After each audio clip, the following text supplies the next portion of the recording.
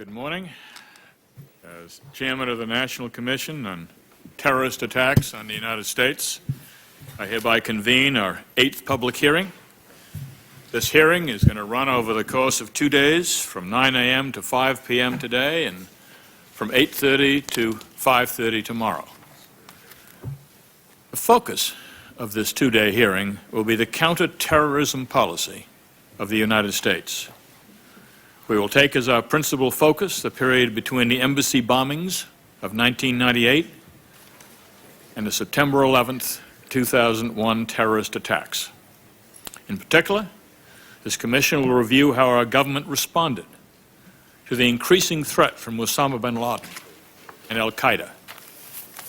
We will also examine the global war on terrorism today and seek from our witnesses perhaps some recommendations on how today we can do things to make America safer. Over the next 2 days, we'll hear from senior officials from both the Clinton and the Bush administrations on the topic of terrorism, bin Laden and al-Qaeda. We will hear from former Secretary of State Madeleine Albright, current Secretary of State Colin Powell, former Secretary of Defense William Cohen, current Secretary of Defense Donald Rumsfeld, the Director of Central Intelligence George Tenet, former National Security Advisor Samuel Berger, and former National Counterterrorism Coordinator Richard Clarke. This commission had invited current National Security Advisor Dr. Condoleezza Rice to appear today, but the administration has declined that invitation.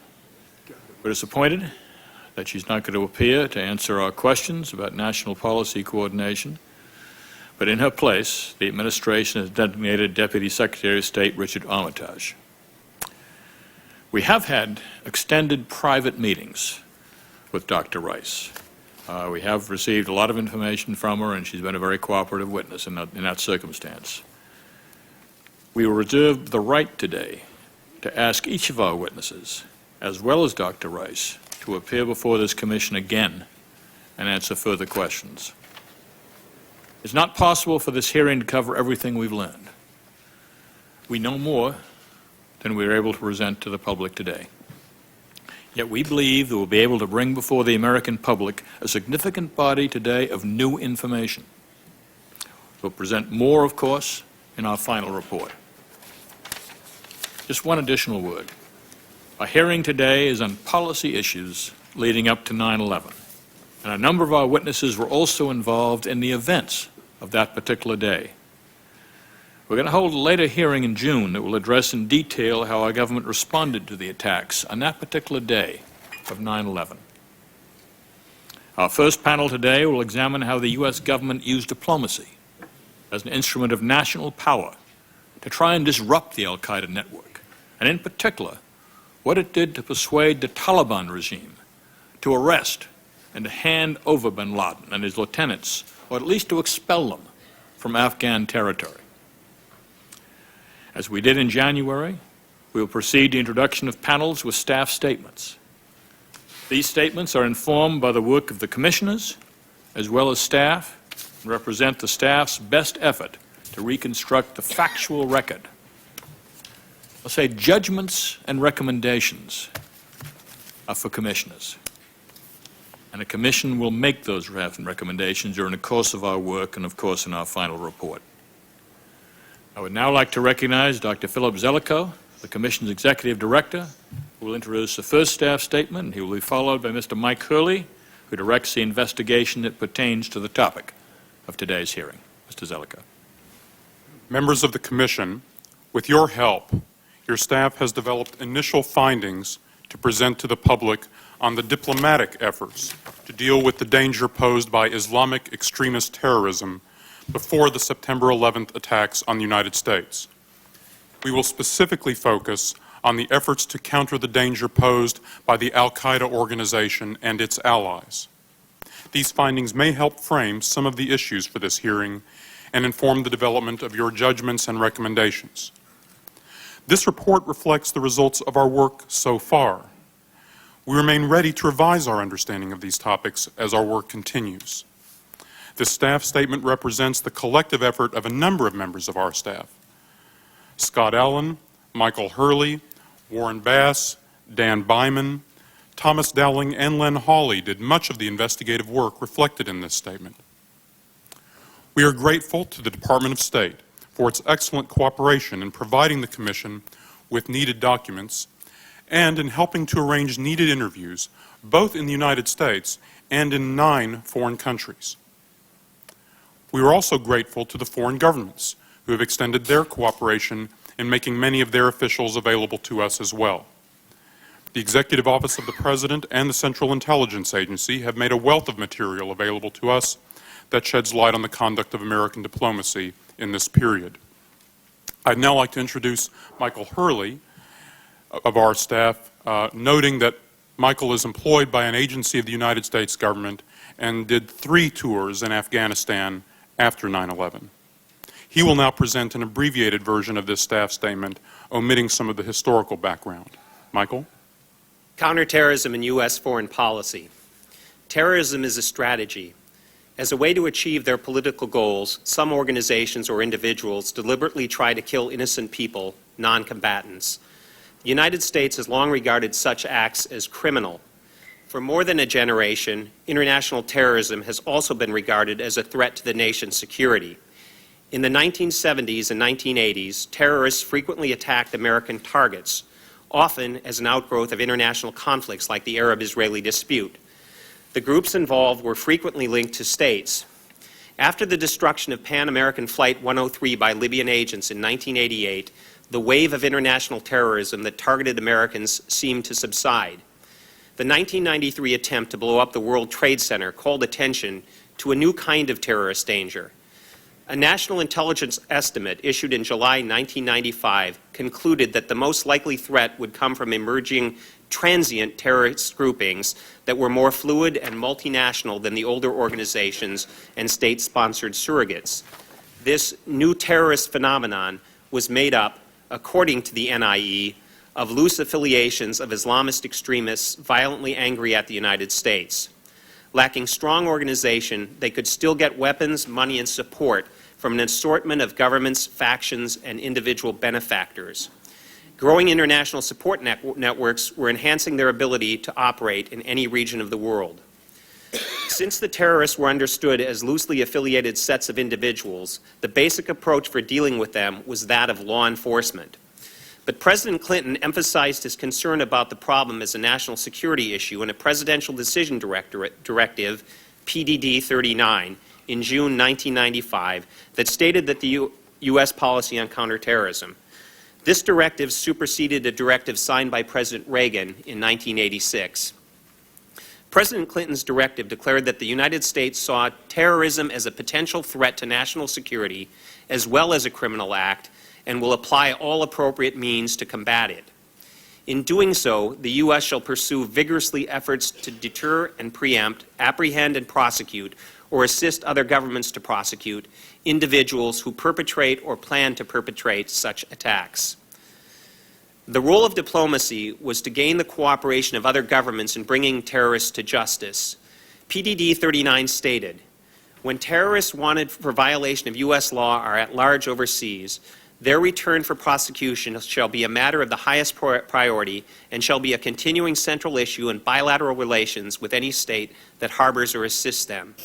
If extradition procedures were unavailable or put aside, the United States could seek the local country's assistance in a rendition, secretly putting the fugitive in a plane back to America or some third country for trial. Counterterrorism and foreign policy and practice. 4 examples from 1995 to 1996.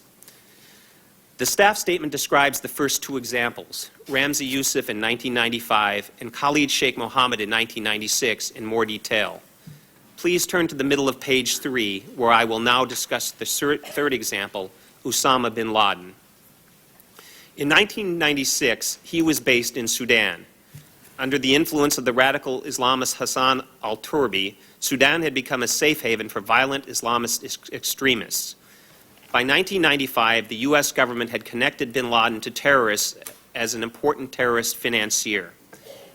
Since 1979, the Secretary of State has had the authority to name state sponsors of terrorism, subjecting such countries to significant economic sanctions. Sudan was so designated in 1993. In February 1996, for security reasons, U.S. diplomats left Khartoum. International pressure further increased as the regime failed to hand over 3 individuals involved in a 1995 attempt to assassinate Egyptian President Hosni Mubarak. The United Nations Security Council imposed sanctions on the regime. Diplomacy had an effect. In exchanges beginning in February 1996, Sudanese officials began approaching U.S. officials, asking what they could do to ease the pressure. During the winter and spring of 1996, Sudan's defense minister visited Washington and had a series of meetings with representatives of the U.S. government. To test Sudan's willingness to cooperate on terrorism, the United States presented 8 demands to their Sudanese contact. The one that concerned bin Laden was a request for intelligence information about bin Laden's contacts in Sudan. These contacts with Sudan, which went on for years, have become a source of controversy. Former Sudanese officials claim that Sudan offered to expel bin Laden to the United States. Clinton administration officials deny ever receiving such an offer. We have not found any reliable evidence to support the Sudanese claim. Sudan did offer to expel bin Laden to Saudi Arabia and asked the Saudis to pardon him. U.S. officials became aware of these secret discussions, certainly by March 1996. The evidence suggests that the Saudi government wanted bin Laden expelled from Sudan, but would not agree to pardon him. The Saudis did not want bin Laden back in their country at all. U.S. officials also wanted bin Laden expelled from Sudan. They knew the Sudanese were considering it. The U.S. government did not ask Sudan to render him into U.S. custody. According to Samuel Berger, who was then the Deputy National Security Advisor, the Interagency Counterterrorism Security Group, CSG, chaired by Richard Clarke, had a hypothetical discussion about bringing bin Laden to the United States. In that discussion, a Justice Department representative reportedly said there was no basis for bringing him to the United States since there was no way to hold him here absent an indictment. Berger adds that in 1996 he was not aware of any intelligence that said bin Laden was responsible for any act against an American citizen. No rendition plan targeting bin Laden, who was still perceived as a terrorist financier, was requested by or presented to senior policymakers during 1996. Yet both Berger and Clarke also said the lack of an indictment made no difference. Instead, they said the idea was not worth pursuing because there was no chance that Sudan would ever turn bin Laden over to a hostile country. If Sudan had been serious, Clarke said, the United States would have worked something out. However, the U.S. government did approach other countries hostile to Sudan and bin Laden about whether they would take bin Laden. One was apparently interested. No handover took place. Under pressure to leave, bin Laden worked with the Sudanese government to procure a safe passage and possibly funding for his departure. In May 1996, bin Laden and his associates leased an Ariana Airlines jet and traveled to Afghanistan, stopping to refuel in the United Arab Emirates. Approximately 2 days after his departure, the Sudanese informed the U.S. government that bin Laden had left. It is unclear whether any U.S. officials considered whether or how to intercept bin Laden. The fourth example, which I'll paraphrase from the staff statement, is Khobar Towers. In June 1996, an enormous truck bomb was detonated in the Khobar Towers residential complex for Air Force personnel in Dhahran, Saudi Arabia. The Khobar bombing began as a law enforcement case. The Khobar bombing also was an intelligence case. As we stayed in the middle of page 5, the Khobar case highlights a central policy problem in counterterrorism: the relationship between evidence and action. Secretary of State Madeleine Albright emphasized to us, for example, that even if some individual Iranian officials were involved, this was not the same as proving that the Iranian government as a whole should be held responsible for the bombing. National Security Advisor Berger held a similar view. He stressed the need for a definitive intelligence judgment. The evidence might be challenged by foreign governments. The evidence might form a basis for going to war. Therefore, he explained, the DCI and the director of the FBI must make a definitive judgment based on the professional opinions of their experts. In the Khobar case, as in some others, the time lag between terrorist act and any definitive attribution grew to months, then years, as the evidence was compiled. I'll now discuss the Afghanistan problem, beginning with the fourth paragraph on page 6. After suffering some disruption from his relocation to Afghanistan, Osama bin Laden and his colleagues rebuilt. In August 1996, he issued a public declaration of jihad against American troops in Saudi Arabia. In February 1998, this was expanded into a public call for any Muslim to kill any American, military or civilian, anywhere in the world. By early 1997, intelligence and law enforcement officials in the U.S. government had finally received reliable information disclosing the existence of al-Qaeda as a worldwide terrorist organization. That information elaborated a command and control structure headed by bin Laden and various lieutenants, described a network of training camps to process recruits, discussed efforts to acquire weapons of mass destruction, and placed al-Qaeda at the center among other groups affiliated with them in its Islamic army. This information also dramatically modified the picture of inchoate new terrorism presented in the 1995 National Intelligence Estimate. But the new picture was not widely known. It took still more time before officials outside the circle of terrorism specialists or in foreign governments fully comprehended that the enemy was much larger than an individual criminal, more than just one man, UBL, and his associates. For example, in 1996, Congress passed a law that authorized the Secretary of State to designate foreign terrorist organizations that threaten the national security of the United States, a designation that triggers economic, immigration, and criminal consequences. Al-Qaeda was not designated by the Secretary of State until the fall of 1999.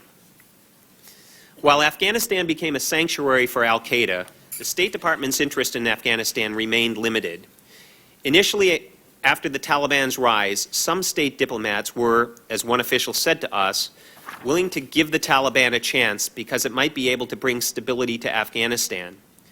A secondary consideration was that stability would allow an oil pipeline to be built through the country, a project to be managed by the Union Oil Company of California, or UNOCAL.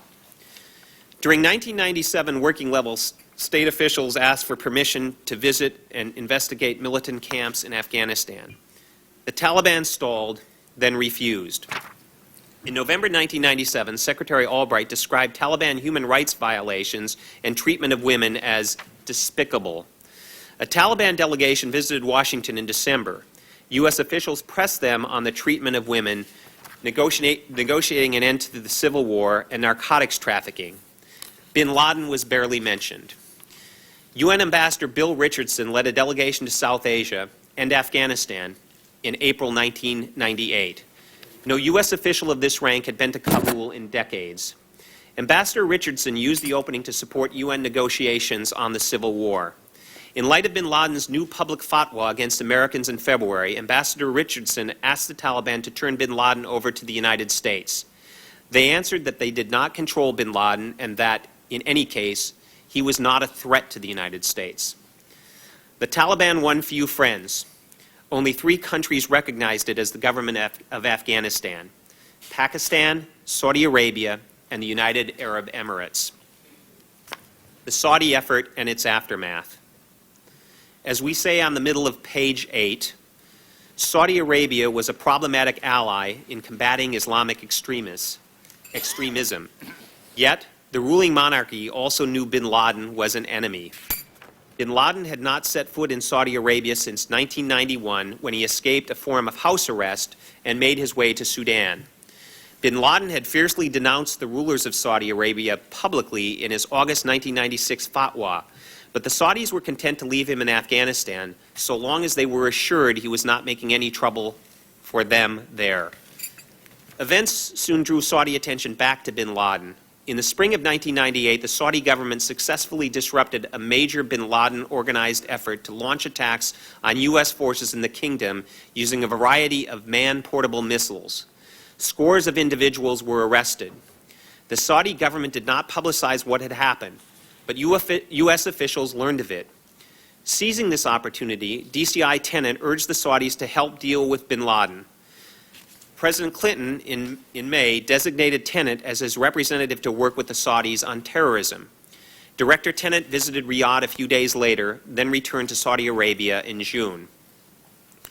Crown Prince Abdullah agreed to make an all-out secret effort to persuade the Taliban to expel bin Laden for eventual delivery to the United States or another country.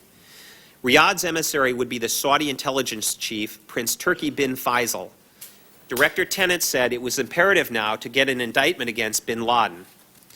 A sealed indictment against bin Laden was issued by a New York grand jury a few days later, the product of a lengthy investigation. Director Tenet also recommended that no action be taken on other U.S. options, such as a covert action plan. Vice President Gore thanked the Saudis for their efforts. Prince Turki followed up in meetings during the summer with Mullah Omar and other Taliban leaders. Employing a mixture of possible bribes and threats, he received a commitment that bin Laden would be handed over. After the embassy bombings in August, Vice President Gore called Riyadh again to underscore the urgency of bringing the Saudi ultimatum to a final conclusion. In September 1998, Prince Turki, joined by Pakistan's intelligence chief, had a climactic meeting with Mullah Omar in Kandahar. Omar reneged on his promise to expel bin Laden. When Turki angrily confronted him, Omar lost his temper and denounced the Saudi government. The Saudis and Pakistanis walked out. The Saudi government then cut off any further official assistance to the Taliban regime, recalled its diplomats from Kandahar, and expelled Taliban representatives from the kingdom. The Saudis suspended relations without a final break. The Pakistanis did not suspend relations with the Taliban. Both governments judged that Iran was already on the verge of going to war against the Taliban. The Saudis and Pakistanis feared that a further break might encourage Iran to attack. They also wanted to leave open room for rebuilding ties if more moderate voices among the Taliban gained control. Crown Prince Abdullah visited Washington later in September. In meetings with the President and Vice President, he briefed them on these developments. The United States had information that corroborated his account. Officials thanked the Prince for his efforts, wondering what else could be done. The United States acted too. In every available channel, U.S. officials, led by state's aggressive counterterrorism coordinator, Michael Sheehan, warned the Taliban of dire consequences if bin Laden was not expelled. Moreover, if there was any further attack, he and others warned, the Taliban would be held directly accountable, including the possibility of a military assault by the United States. These diplomatic efforts may have had an impact. The U.S. government received substantial intelligence of internal arguments over whether bin Laden could stay in Afghanistan. The reported doubts extended from the Taliban to their Pakistani supporters and even to bin Laden himself. For a time, bin Laden was reportedly considering relocating and may have authorized discussion of this possibility with representatives of other governments. We will report further on this topic at a later date. In any event, bin Laden stayed in Afghanistan. This period may have been the high water mark for diplomatic pressure on the Taliban. The outside pressure continued, but the Taliban appeared to adjust and learn to live with it. Employing a familiar mix of stalling tactics again and again, urged on by the United States, the Saudis continued to a more limited mix of the same tactics they had already employed. Prince Turki returned to Kandahar in June 1999, to no effect. From 1999 through early 2001, the United States also pressed the United Arab Emirates, one of the Taliban's only travel and financial outlets to the outside world, to break off its ties and enforce sanctions, especially those relating to flights to and from Afghanistan. Unfortunately, these efforts to persuade the UAE achieved little before 9/11. As time passed, the United States also obtained information that the Taliban was trying to extort cash from Saudi Arabia and the UAE with various threats, and that these blackmail efforts may have paid off. After months of heated internal debate about whether this step would burn remaining bridges to the Taliban, President Clinton issued an executive order in July 1999, effectively declaring that the regime was a state sponsor of terrorism. UN economic and travel sanctions were added in October 1999 in UN Security Council Resolution 1267. None of this had any visible effect on Mullah Omar, an illiterate leader who was unconcerned about commerce with the outside world. Omar had no diplomatic contact with the West since he refused to meet with non-Muslims. The United States also learned that at the end of 1999, the Taliban Council of Ministers had unanimously reaffirmed that they would stick by bin Laden. Relations with bin Laden and the Taliban leadership were sometimes tense, but the foundation was solid. Omar executed some subordinates who clashed with his pro-bin Laden line. By the end of 2000, the United States, working with Russia, won UN support for still broader sanctions in UN Security Council Resolution 1333, including an embargo on arms sales to the Taliban. Again, these had no visible effect. This may have been because the sanctions did not stop the flow of Pakistani military assistance to the Taliban.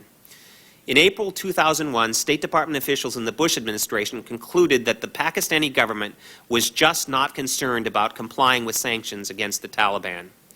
Reflecting on the lack of progress with the Taliban, Secretary Albright told us that we had to do something. In the end, she said, it didn't work, but we did in fact try to use all the tools we had. Other diplomatic efforts with the Saudi government centered on letting U.S. agents interrogate prisoners in Saudi custody in cases like Khobar. Several officials have complained to us that the United States could not get direct access to an important al-Qaeda financial official, Madani al-Tayyib, who had been detained by the Saudi government in 1997. American officials raised the issue.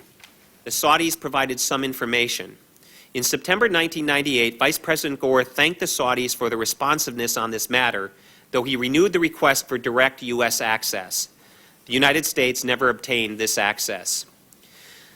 The United States also pressed Saudi Arabia and the UAE for more cooperation in controlling money flows to terrorists or organizations linked to them. After months of arguments in Washington over the proper role of the FBI, an initial U.S. delegation on terrorist finance visited these countries to start working with their counterparts in July 1999. U.S. officials reported to the White House that they thought the new initiatives to work together had begun successfully. Another delegation followed up with Saudi Arabia and other Gulf states in January 2000. In Saudi Arabia, the team concentrated on tracing bin Laden's assets and access to his family's money, exchanges that led to further fruitful work. Progress on other topics was limited, however. The issue was not a consistent U.S. priority. Moreover, the Saudis were reluctant or unable to provide much help. Available intelligence was also so nonspecific that it was difficult to confront the Saudis with evidence or cues to action. The Bush administration did not develop any diplomatic initiatives on al-Qaeda with the Saudi government before the 9/11 attack. Vice President Cheney apparently called Crown Prince Abdullah on July 4, 2001, only to seek Saudi help in preventing threatened attacks on American facilities in the kingdom. Pressuring Pakistan. Please go to the bottom of page 11. Secretary Albright hoped to promote a more robust approach to South Asia when she took office, but the administration had a full agenda of concerns, including a possible nuclear weapons program, illicit sales of missile technology, terrorism, an arms race, and danger of war with India, and a succession of weak democratic governments. The American ambassador to Islamabad in most of the immediate pre-9/11 period, William Milam, told us that U.S. policy had too many moving parts and could never determine what items had the highest priority. A principal envoy to South Asia for the administration, Deputy Secretary of State Strobe Talbot, explained the emphasis on nuclear weapons both because of the danger of nuclear war and because nuclear proliferation might increase the risk that terrorists could access such technology. In May 1998, both Pakistan and India had tested nuclear weapons. These tests marked a setback to non-proliferation policy and reinforced U.S. sanctions on both countries. But the tests also spurred more engagement in order to reduce the threat of war. Bin Laden and terrorist activity in Afghanistan were not significant issues in high-level contacts with Pakistan until after the embassy bombings of August 1998. After the U.S. missile strikes on Afghanistan, bin Laden's network and their relationship with the Pakistani-supported Taliban did become a major issue in high-level diplomacy. After the strikes, President Clinton called Pakistani President Nawaz Sharif, and he was sympathetic to America's losses. But the Pakistani side thought the strikes were overkill, the wrong way to handle the problem. The United States asked the Saudis to put pressure on Pakistan to help. A senior State Department official concluded that Crown Prince Abdullah put a tremendous amount of heat on Sharif during his October 1998 visit to Pakistan. Sharif was invited to Washington and met with President Clinton on December 2, 1998. Tension with India and nuclear weapons topped the agenda, but the leaders also discussed bin Laden. Pakistani officials defended Mullah Omar and thought the Taliban would not object to a joint effort by others to get bin Laden. In mid-December, President Clinton called Sharif, worried both about immediate threats and the longer-term problem of bin Laden. The Pakistani leadership promised to raise the issue directly with the Taliban in Afghanistan, but the United States received word in early 1999 that the Pakistani army remained reluctant to confront the Taliban, in part because of concerns about the effect on Pakistani politics. In early 1999, the State Department Counterterrorism Office proposed a comprehensive diplomatic strategy for all the states involved in the Afghanistan problem, including Pakistan. It specified both carrots and sticks, including the threat of certifying Pakistan as not cooperating on terrorism. A version of this diplomatic strategy was eventually adopted by the State Department. Its author, Ambassador Sheehan, told us that it had been watered down to the point that nothing was then done with it. By the summer of 1999, the counterterrorism agenda had to compete with cross-border fighting in Kashmir that threatened to explode into war. Nevertheless, President Clinton contacted Sharif in June, urging him strongly to get the Taliban to expel bin Laden. Clinton suggested Pakistan use its control over oil supplies to the Taliban and its access to imports through Karachi. The Pakistani leadership offered instead that Pakistani intelligence services might try to capture bin Laden themselves. President Clinton met with Prime Minister Sharif in Washington on July 4th. The prime subject was resolution of the crisis in Kashmir. The President also complained to the Prime Minister about Pakistan's failure to take effective action with respect to the Taliban and bin Laden. Later, the United States agreed to assist in training a Pakistani Special Forces team for the bin Laden operation. Particularly since the Pakistani intelligence service was so deeply involved with the Taliban and possibly bin Laden, U.S. counterterrorism officials had doubts about every aspect of this new joint plan. Yet while few thought it would do much good, fewer thought it would do any actual harm. Officials were implementing it when Prime Minister Sharif was deposed by General Pervez Musharraf in October 1999. General Musharraf was scornful about the unit and the idea. At first, the Clinton administration hoped that Musharraf's takeover might create an opening for action on bin Laden. National Security Advisor Berger wondered about a trade of getting bin Laden in exchange for softer treatment of a relatively benign military regime. But the idea was never developed into a policy proposal. Meanwhile, the President and his advisors were anxious about a series of new terrorist threats associated with the millennium and were getting information linking these threats to al-Qaeda associates in Pakistan, particularly Abu Zubaydah. President Clinton sent a message asking for immediate help on Abu Zubaydah and another push on bin Laden, renewing the idea of using Pakistani forces to get him. Musharraf told Ambassador Milam that he would do what he could, but he preferred a diplomatic solution on bin Laden. Though he thought terrorists should be brought to justice, he did not find the military ideas appealing. Administration officials debated whether to keep working with the Musharraf government or confront the general with a blunter choice to either adopt a new policy or Washington will draw the appropriate conclusions. One such threat would be to cancel a possible presidential visit in March. U.S. envoys were given instructions that were firm, but not as confrontational as some U.S. officials had advocated. Musharraf was preoccupied with his domestic agenda, but replied that he would do what he could, perhaps meeting with the Taliban himself. Despite serious security threats, President Clinton made a one-day stopover in Islamabad on March 25, 2000, the first presidential visit since 1969. The main subjects were India-Pakistan tensions and proliferation, but President Clinton did raise the bin Laden problem. The Pakistani position was that their government had to support the Taliban and that the only way forward was to engage them and try to moderate their behavior. They asked for evidence that bin Laden had really ordered the embassy bombings a year and a half earlier. In a follow-up meeting the next day with Undersecretary of State Thomas Pickering, President Musharraf argued that Pakistan had only limited influence over the Taliban. Musharraf did meet with Mullah Omar and did urge him to get rid of bin Laden. In early June, the Pakistani Interior Minister even joined with Pickering to deliver a joint message to Taliban officials. But the Taliban seemed immune to such pleas, especially from Pakistani civilians like the Interior Minister. Pakistan did not threaten to cut off its help to the Taliban regime. By September, the United States was again criticizing the Pakistani government for supporting a Taliban military offensive to complete the conquest of Afghanistan. considering new policies towards Afghanistan and Pakistan. The civil war in Afghanistan posed the Taliban on one side, drawn from Afghanistan's largest ethnic community, the Pashtuns, against the Northern Alliance. Pashtuns opposing the Taliban, like the Karzai clan, were not organized into a political and military force. The main foe of the Taliban was the Northern Alliance, led by Ahmed Shah Massoud, a hero of the Afghan Jihad and a leader of ethnic Tajiks. The Taliban were backed by Pakistan. The Northern Alliance received some support from Iran, Russia, and India.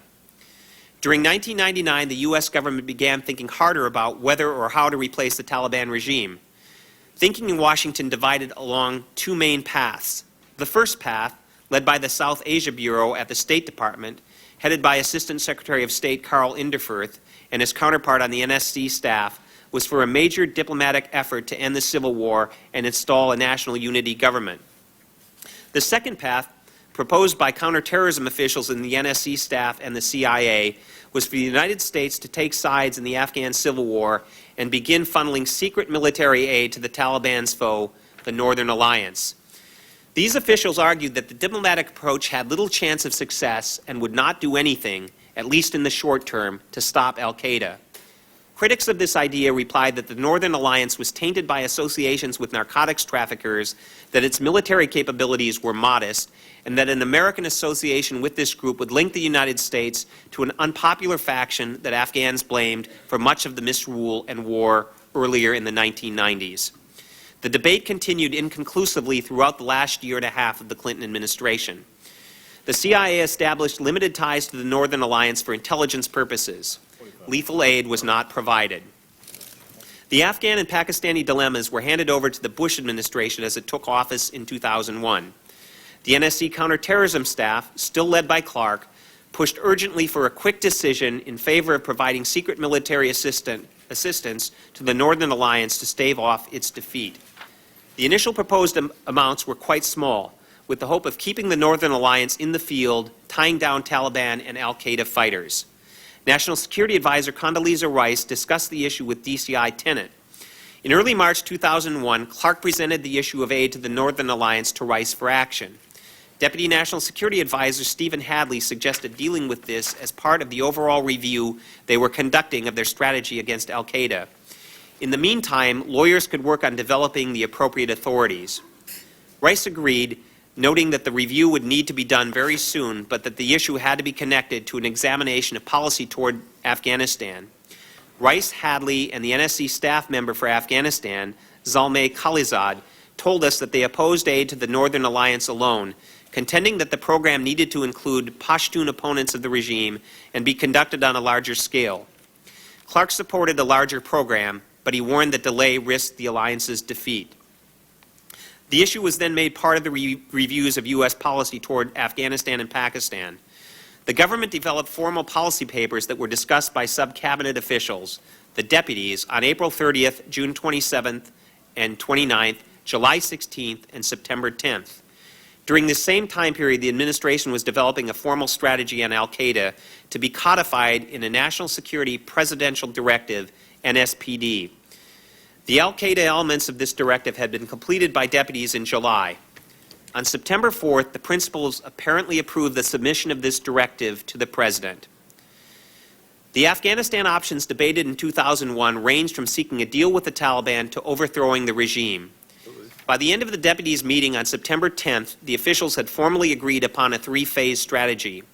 It called first for dispatching an envoy to give the Taliban an opportunity to expel bin Laden and his organization from Afghanistan, even as the U.S. government tried to build greater capacity to pressure them.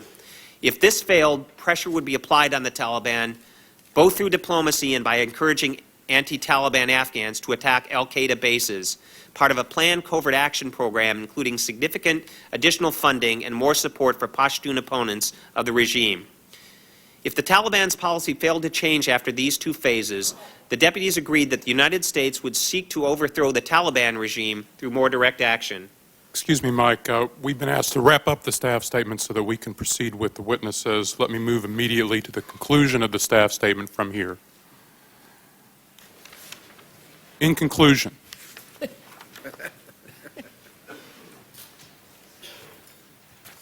From the spring of 1997 to September 2001, the U.S. government tried to persuade the Taliban to expel bin Laden to a country where he could face justice and stop being a sanctuary for his organization. The efforts employed included inducements, warnings, and sanctions.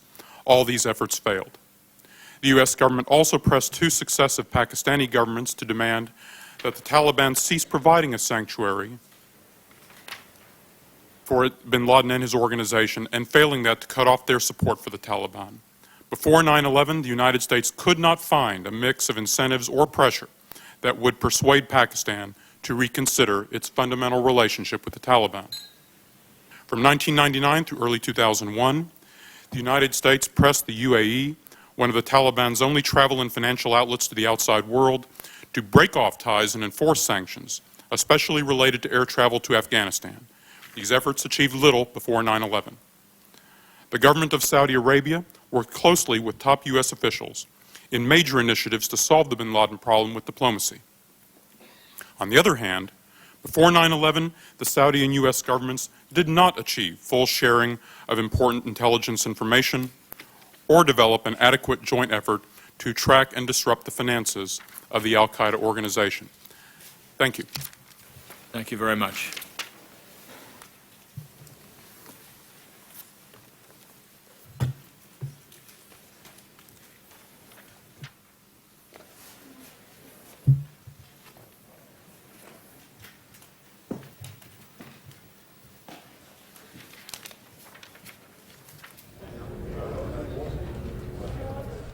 Staff reports to the September 11th Commission continue.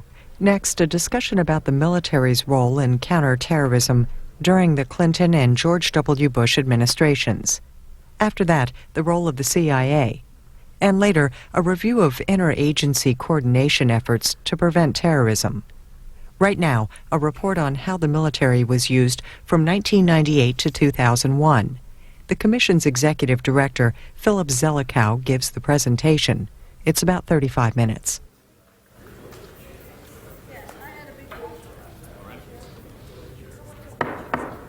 Okay, I hereby reconvene the hearing.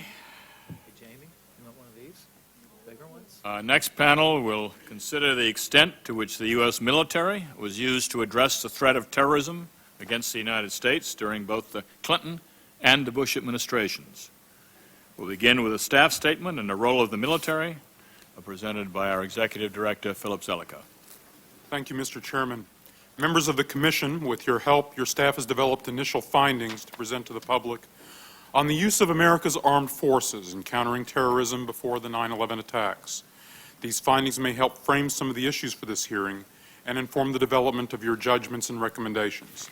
This report, like the others, reflects the results of our work so far. We remain ready to revise our understanding of these topics as our investigation progresses. The staff statement represents the collective effort of a number of members of our staff: Bonnie Jenkins, Michael Hurley, Alexis Albion, Ernest May, and Steve Dunn did much of the investigative work reflected in this statement. The Department of Defense and the Central Intelligence Agency have cooperated fully in making available both the documents and interviews that we have needed for our work on this topic. I'm going to skip briefly over the role of the military in counterterrorism strategy, simply noting that in George H.W. Bush's presidency and the early years of the Clinton administration, the Department of Defense was a secondary player in counterterrorism efforts which focused on the apprehension and rendition of wanted suspects, and moved directly to the narrative account of Operation Infinite Reach. After the U.S. embassies in Nairobi and Dar es Salaam were attacked on August 7, 1998, President Clinton directed his advisors to consider military options. He and his advisors agreed on a set of targets in Afghanistan. Let me go to the paragraph on the Sudanese choice. More difficult was the question of whether to strike other al-Qaeda targets in Sudan. Two possible targets were identified in Sudan, including a pharmaceutical plant at which, the President was told by his aides, they believed VX nerve gas was manufactured with Osama bin Laden's financial support. Indeed, even before the embassy bombings, NSC counterterrorism staff had been warning about this plant. Yet on August 11th, the NSC staff's Senior Director for Intelligence advised National Security Advisor Berger that the bottom line was that we will need much better intelligence on this facility before we seriously consider any options. By the early morning hours of August 20th, when the President made his decision, his policy advisors concluded that enough evidence had been gathered to justify the strike. The President approved their recommendation on that target, while choosing not to proceed with the strike on the other target in Sudan, a business believed to be owned by bin Laden. DCI Tenet and National Security Advisor Berger told us that, based on what they know today, they still believe they made the right recommendation and that the President made the right decision. We have encountered no dissenters among his top advisors. This strike was launched on August 20th. The missiles hit their intended targets, but neither bin Laden nor any other terrorist leaders were killed. The decision to destroy the plant in Sudan became controversial. Some at the time argued that the decisions were influenced by domestic political considerations, given the controversies raging at that time. The staff has found no evidence that domestic political considerations entered into the discussion or the decision-making process. All evidence we have found points to national security considerations as the sole basis for President Clinton's decision. The impact of the criticism lingered, however, as policymakers looked at proposals for new strikes. The controversy over the Sudan attack in particular shadowed future discussions about the quality of intelligence that would be needed about other targets. Operation Infinite Resolve and Plan Delenda. Senior officials agree that a principal objective of Operation Infinite Reach was to kill Osama bin Laden, and that this objective obviously had not been attained. The initial strikes went beyond targeting bin Laden to damage other camps thought to be supporting his organizations. These strikes were not envisioned as the end of the story. On August 20th, the chairman of the Joint Chiefs of Staff, General Hugh Shelton, issued a planning order for the preparation of follow-on strikes. This plan was later codenamed Operation Infinite Resolve. The day after the strikes, the President and his principal advisors apparently began considering follow-on military planning. A few days later, the NSC staff's National Coordinator for Counterterrorism, Richard Clark, informed other senior officials that President Clinton was inclined to launch further strikes sooner rather than later.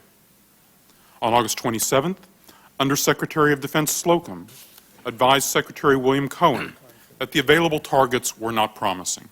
There was, he said, also an issue of strategy, the need to think of the effort as a long-term campaign. The experience of last week, he wrote, quote, has only confirmed the importance of defining a clearly articulated rationale for military action, close quote, that was effective as well as justified. Active consideration of follow-on strikes continued into September. In this context, Clark prepared a paper for a political military plan he called Delenda, from the Latin to destroy.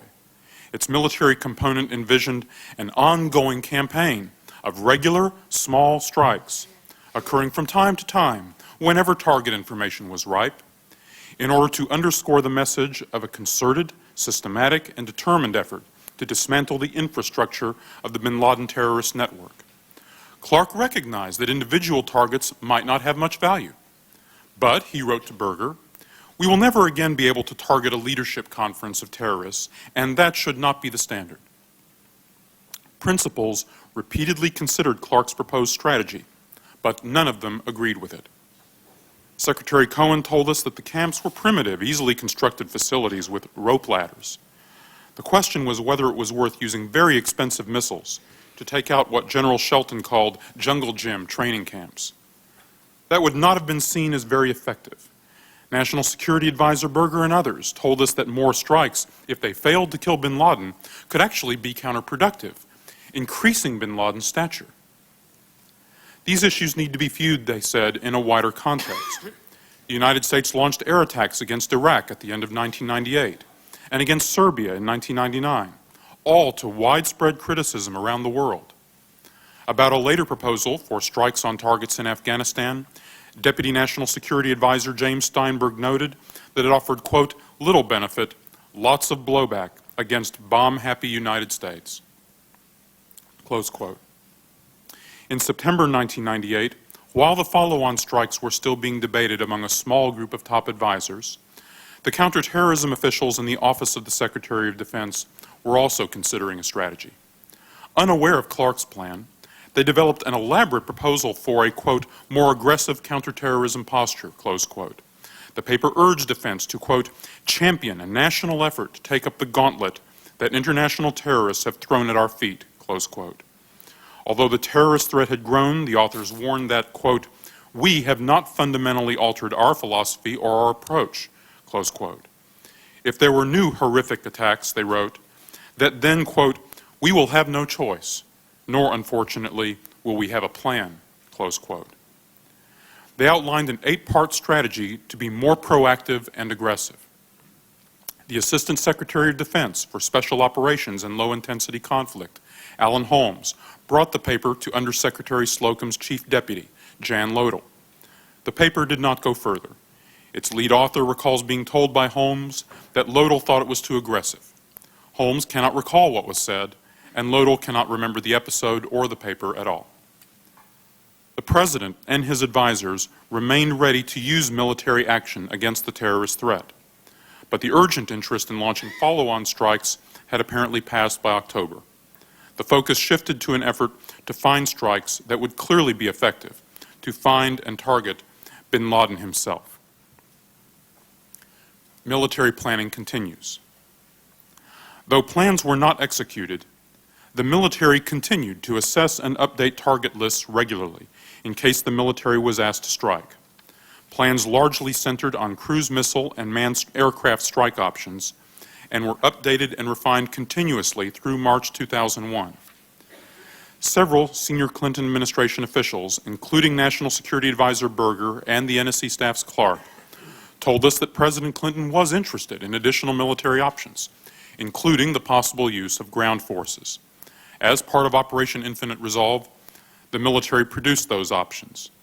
We'll skip the next paragraph that details them and go to the relationship of the White House and the Pentagon, which was complex.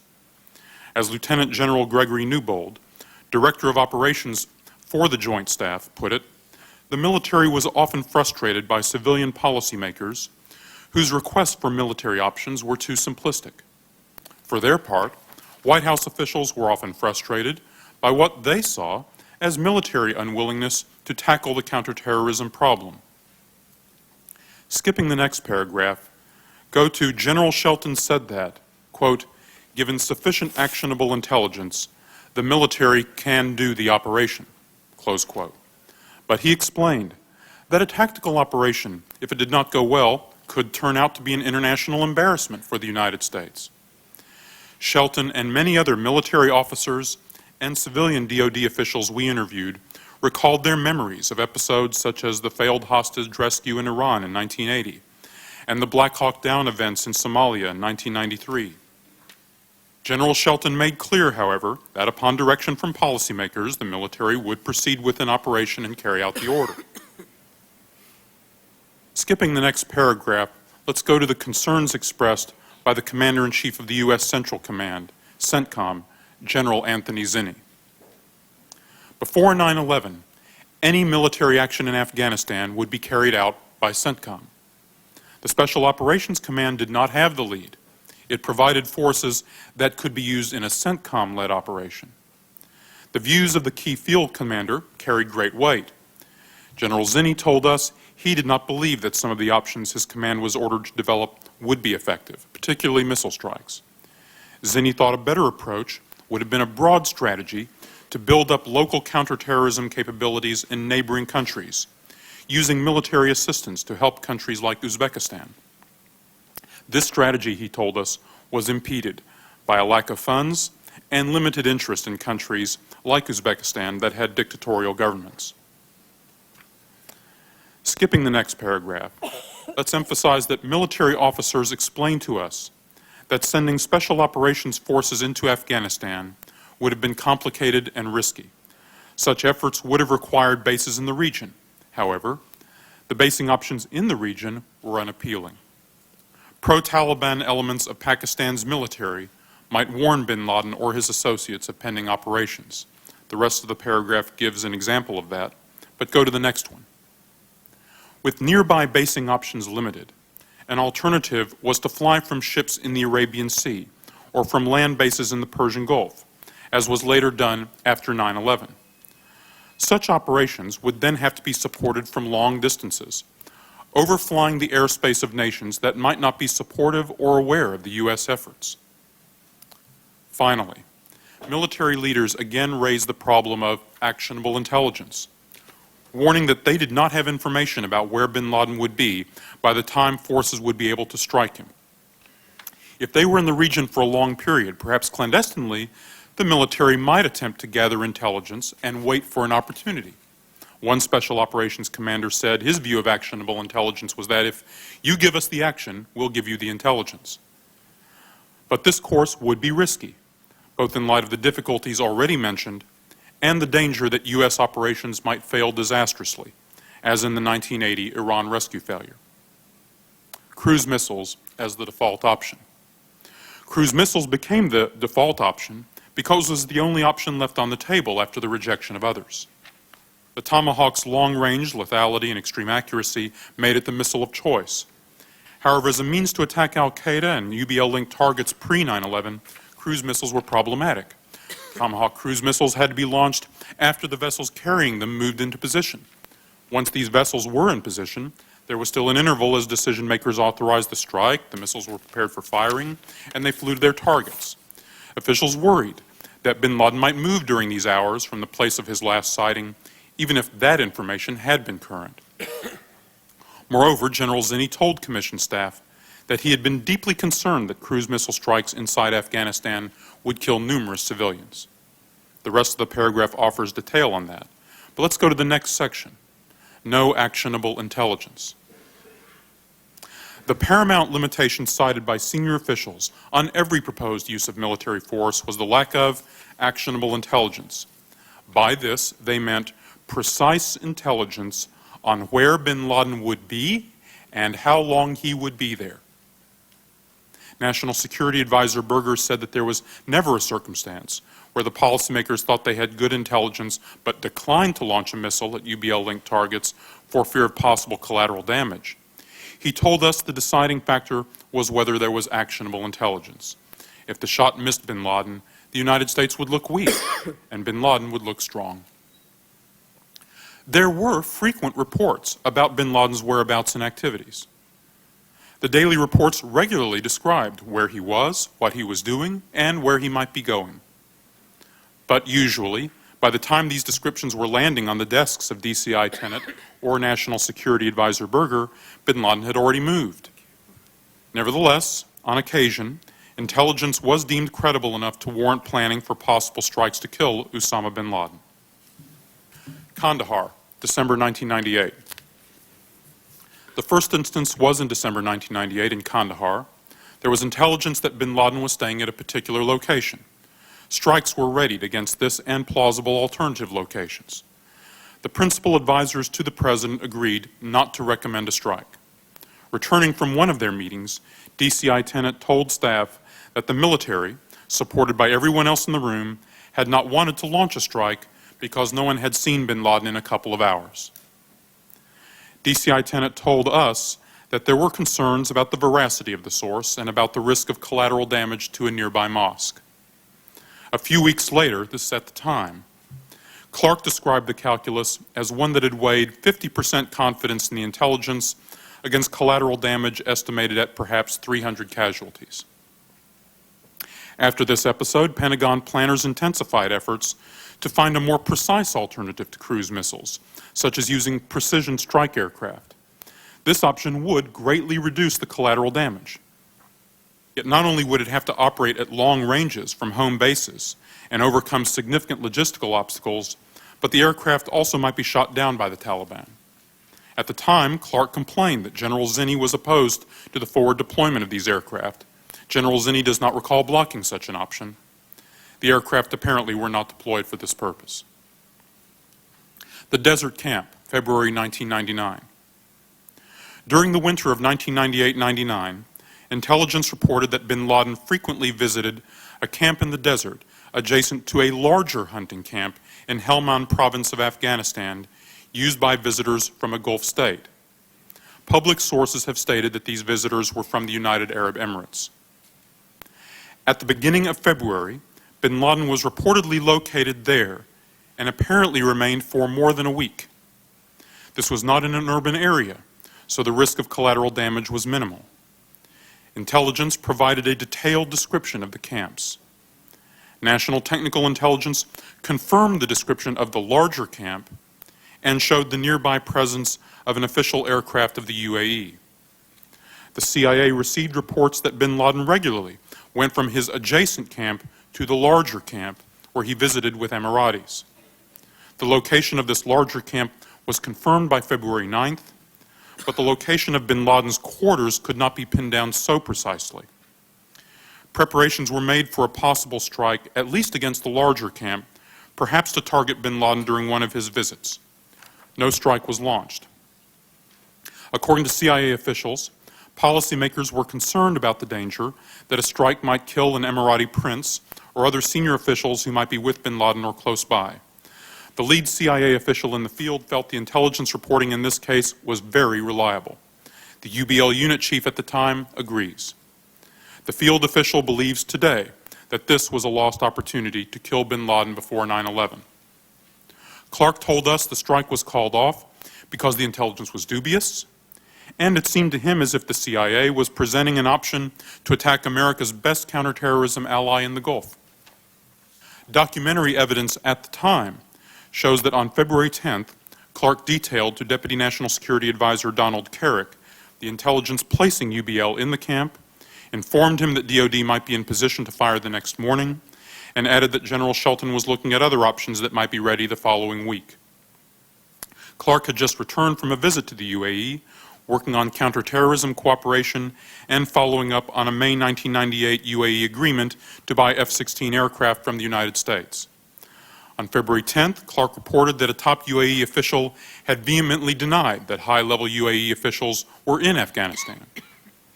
Evidence subsequently confirmed that high-level UAE officials had been hunting there. By February 12th, bin Laden had apparently moved on and the immediate strike plans became moot. In March, the entire camp complex was hurriedly disassembled. We are still examining several aspects of this episode. Kandahar, May 1999. In this case, sources reported on the whereabouts of bin Laden over the course of 5 nights. The reporting was very detailed. At the time, CIA working-level officials were told that strikes were not ordered because the military was concerned about the precision of the sources' reporting and the risk of collateral damage. Replying to a frustrated colleague in the field, the UBL unit chief wrote that, quote, "Having a chance to get UBL 3 times in 36 hours and foregoing the chance each time has made me a bit angry." The DCI finds himself alone at the table, with the other principals basically saying, "We'll go along with your decision, Mr. Director," and implicitly saying that the agency will hang alone if the attack doesn't get bin Laden, close quote. These are working-level perspectives. According to DCI Tenet, the same circumstances prevented a strike in each of the cases described above. The intelligence was based on a single uncorroborated source, and there was a risk of collateral damage. In the first and third cases, the cruise missile option was rejected outright, and in the case of the second, never came to a clear decision point. According to National Security Advisor Berger, the cases were really DCI Tenet's call, close quote. In his view, in none of the cases did policymakers have the reliable intelligence that was needed. In Berger's opinion, this did not reflect risk aversion or a lack of desire to act on DCI Tenet's part. The DCI was just as stoked up as he was, said Berger. Each of these times, Berger told us, George would call and say, "We just don't have it." There was a fourth episode involving a location in Ghazni, Afghanistan in July 1999. We are still investigating the circumstances. There were no occasions after July 1999 when cruise missiles were actively readied for a possible strike against bin Laden. The challenge of providing actionable intelligence could not be overcome before 9/11. Skip the next section on Millennium Plots and go directly to the section on the attack on the USS Cole. On October 12, 2000, suicide bombers in an explosives-laden skiff rammed into a Navy destroyer, the USS Cole, in the port of Aden, Yemen, killing 17 U.S. sailors and almost sinking the vessel. Skip the remainder of the paragraph. After the attack on the USS Cole, National Security Advisor Berger asked General Shelton for military plans to act quickly against bin Laden. General Shelton tasked General Tommy Franks, the new commander of CENTCOM, to look again at the options. According to Director of Operations Newbold, Shelton wanted to demonstrate that the military was imaginative and knowledgeable enough to move on an array of options and to show the complexity of the operations. Shelton briefed Berger on 13 options that had been developed within the Standing Infinite Resolve plan. CENTCOM also developed a, quote, phased campaign concept, close quote, for wider-ranging strikes, including against the Taliban, and without a fixed endpoint. The new concept did not include contingency plans for an invasion of Afghanistan. The concept was briefed to Deputy National Security Advisor Carrick and other officials in December 2000. Neither the Clinton administration nor the Bush administration launched a military response for the Cole attack. Berger and other senior policymakers said that, while most counterterrorism officials quickly pointed the finger at al-Qaeda, they never received the sort of definitive judgment from the CIA or the FBI that al-Qaeda was responsible that they would need before launching military operations. Documents show that in late 2000, the President's advisors received a cautious presentation of the evidence, showing that individuals linked to al-Qaeda had carried out or supported the attack, but that the evidence could not establish that bin Laden himself had ordered the attack. DoD prepared plans to strike al-Qaeda camps and Taliban targets with cruise missiles in case policymakers decided to respond. Essentially the same analysis of al-Qaeda's responsibility for the attack on the USS Cole was delivered to the highest officials of the new administration 5 days after it took office. The same day, Clark advised National Security Advisor Rice that the government, quote, should take advantage of the policy that we will respond at a time, place, and manner of our own choosing and not be forced into knee-jerk responses, close quote. Deputy National Security Advisor Stephen Hadley told us that tit-for-tat military options were so inadequate that they might have emboldened al-Qaeda. He said the Bush administration's response to the Cole would be a new, more aggressive strategy against al-Qaeda. Pentagon officials, including Vice Admiral Scott Fry and Undersecretary Slocum, told us they cautioned that the military response options were limited. Bin Laden continued to be elusive. They were still skeptical that hitting inexpensive and rudimentary training camps with costly missiles would do much good.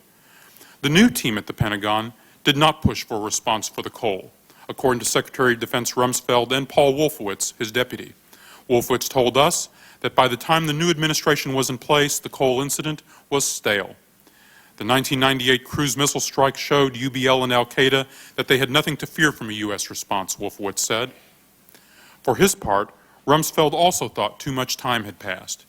He worked on the force protection recommendations developed in the aftermath of the USS Cole attack, not response options. The early months of the Bush administration. The confirmation of the Pentagon's new leadership was a lengthy process. Deputy Secretary of Defense Wolfowitz was not confirmed until March 2001, and Undersecretary of Defense for Policy Douglas Feith did not take office until July 2001. Secretary Cohen said he briefed Secretary-designate Rumsfeld on about 50 items during the transition, including bin Laden and programs related to domestic preparedness against terrorist attacks using weapons of mass destruction. Rumsfeld told us he did not recall what was said about bin Laden at that briefing.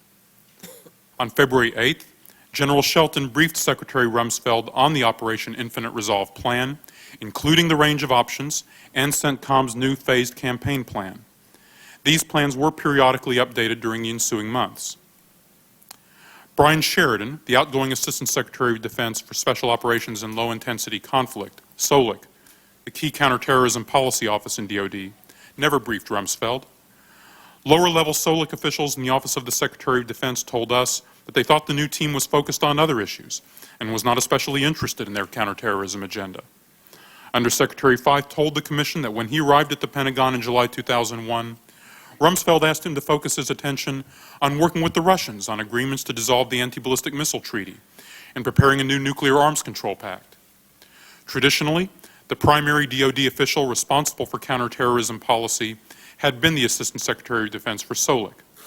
The outgoing Assistant Secretary left on January 20th, 2001, and had not been replaced when the Pentagon was hit on September 11th. Secretary Rumsfeld said that transformation was a focus of the administration. He said he was interested in terrorism, arranging to meet regularly with DCI Tenet. But his time was consumed with getting new officials in place, preparing the quadrennial defense review, the defense planning guidance, and reviewing existing contingency plans. He did not recall any particular counterterrorism issue that engaged his attention before 9/11, other than the development of the Predator unmanned aircraft system for possible use against bin Laden. He said that DoD before 9/11 was not organized or trained adequately to deal with asymmetric threats. As recounted in the previous staff statement, the Bush administration's NSC staff was drafting a new counterterrorism strategy in the spring and summer of 2001. National Security Advisor Rice and Deputy National Security Advisor Hadley told us that they wanted more muscular options. In June 2001, Hadley circulated a draft presidential directive on policy toward al-Qaeda. The draft came to include a section that called for development of a new set of contingency military plans against both al-Qaeda and the Taliban regime. Hadley told us that he contacted Deputy Secretary Wolfowitz to advise him that the Pentagon would soon need to start preparing fresh plans in response to this forthcoming presidential direction. The directive was approved at the deputies level in July and apparently approved by top officials on September 4th for submission to the President. With the directive still awaiting the President's signature, Secretary Rumsfeld did not order the preparation of any new military plans against either al-Qaeda or the Taliban before 9/11. Rumsfeld told us that immediately after 9/11, he did not see a contingency plan he wanted to implement. Deputy National Security Advisor Hadley and Deputy Secretary Wolfowitz also told us the military plans presented to the Bush administration immediately after 9/11 were unsatisfactory. Roads not taken. Officials we interviewed flatly said that neither Congress nor the American public would have supported large-scale military operations in Afghanistan before the shock of 9/11, despite repeated attacks and plots, including the embassy bombings, the Millennium Plots, concerns about al-Qaeda to acquire WMD, the USS Cole, and the summer 2001 threat spike. Deputy Secretary Wolfowitz warned that it would have been impossible to get Congress to support sending 10,000 U.S. troops into Afghanistan to do what the Soviet Union failed to do in the 1980s. Vice Admiral Scott Fry, the former operations director for the JCS, noted that, quote, a 2 or 4 division plan would require a footprint, troop level, and force that was larger than the political leadership was willing to accept, close quote. Special operations forces always saw counterterrorism as part of their mission and trained for counterterrorist operations. Quote, the opportunities were missed because of an unwillingness to take risks and a lack of vision and understanding of the benefits when preparing the battle space ahead of time, close quote, said Lieutenant General William Boykin, the current Deputy Undersecretary of Defense for Intelligence and a former founding member of Delta Force. Before 9/11, the U.S. Special Operations Command was a, quote, supporting command, not a supported command. That meant it supported General Zinni and CENTCOM and did not independently prepare plans itself. General Pete Schoomaker, the Chief of Staff of the U.S. Army and former commander of the U.S. Special Operations Command, said that if the Special Operations Command had been a supported command before 9/11, he would have had the al-Qaeda mission rather than deferring to CENTCOM's lead. Schoomaker said he spoke to Secretary Cohen and General Shelton about this proposal. It was not adopted. Let me move now directly to our conclusions and finish. In summary, our key findings to date include the following. In response to the request of policymakers, the military prepared a wide array of options for striking bin Laden and his organization from May 1998 onward. When they briefed policymakers, the military presented both the pros and cons of those strike options and briefed policymakers on the risks associated with them. Following the August 20th, 1998 missile strikes, both senior military officials and policymakers placed great emphasis on actionable intelligence as the key factor in recommending or deciding to launch military action against bin Laden and his organization. Policymakers and military officials expressed frustration with the lack of actionable intelligence. Some officials inside the Pentagon, including those in the Special Forces and the Counterterrorism Policy Office, expressed frustration with the lack of military action. The new administration began to develop new policies toward al-Qaeda in 2001, but there is no evidence of new work on military capabilities or plans against this enemy before September 11th. And both civilian and military officials of the Defense Department state flatly that neither Congress nor the American public would have supported large-scale military operations in Afghanistan before the shock of 9/11. Thank you. Thank you all very much.